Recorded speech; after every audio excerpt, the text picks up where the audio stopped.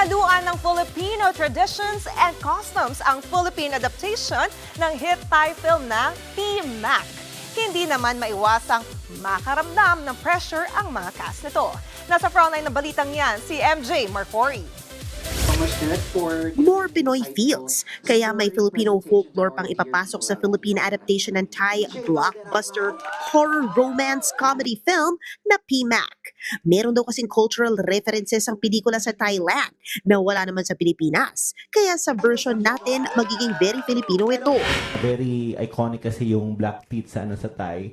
Pero we don't have that kind of tradition and costume. Ang dami naming na-incorporate, dami namin na parang in a way hybrid aswang multo batong si Pinang, ganun.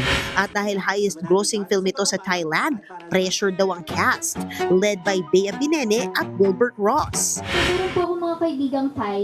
Message ako, you're doing PMAC.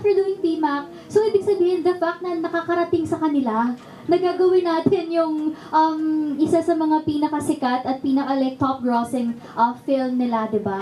Kinakabahan pero thankful naman daw si Vandolph Quizon.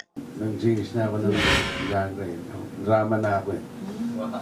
Siyempre, doing comedy till now, for me, is I'm so thankful kasi I'm continuing the legacy of my dad. First major Viva acting role naman ito ni Cup of Joe vocalist Gian Bernardino. Pag po, syempre mga veteran na yung mga kasama ko. Kaya naman bigay todo raw siya at pinakulayan pa niya ang iconic red hair para sa kanyang character. Nagiging committed lang talaga ako sa characterization para una, mabigyan ng justice yung role.